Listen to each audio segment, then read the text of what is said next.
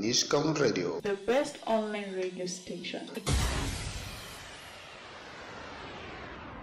Chama tawala cha United Democratic Alliance UDA kimemfurusha rasmi seneta mteule Gloria Oroba kwa madai ya utovu wa nidhamu na kuvunja kanuni za chama.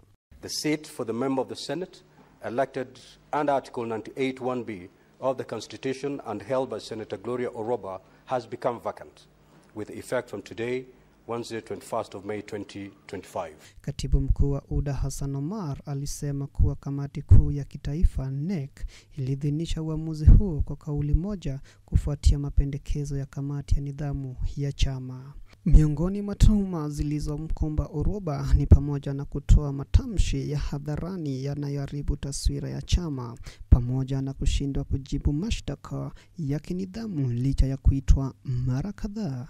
Kwa mujibu wa taarifa hiyo, chama kimeondoa rasmi udhamini wake kwa Oroba kama seneta na kumteua Bi Consolata Wambwere wa Kwambumbi kutoka Kimilili, kaunti ya Bungoma kama mrithi wake. I have notified the Independent Electoral and Boundaries Commission, IEBC, and the political party concerned of the vacancy arising in the office of a member of the Senate elected under Article 98(1)(b.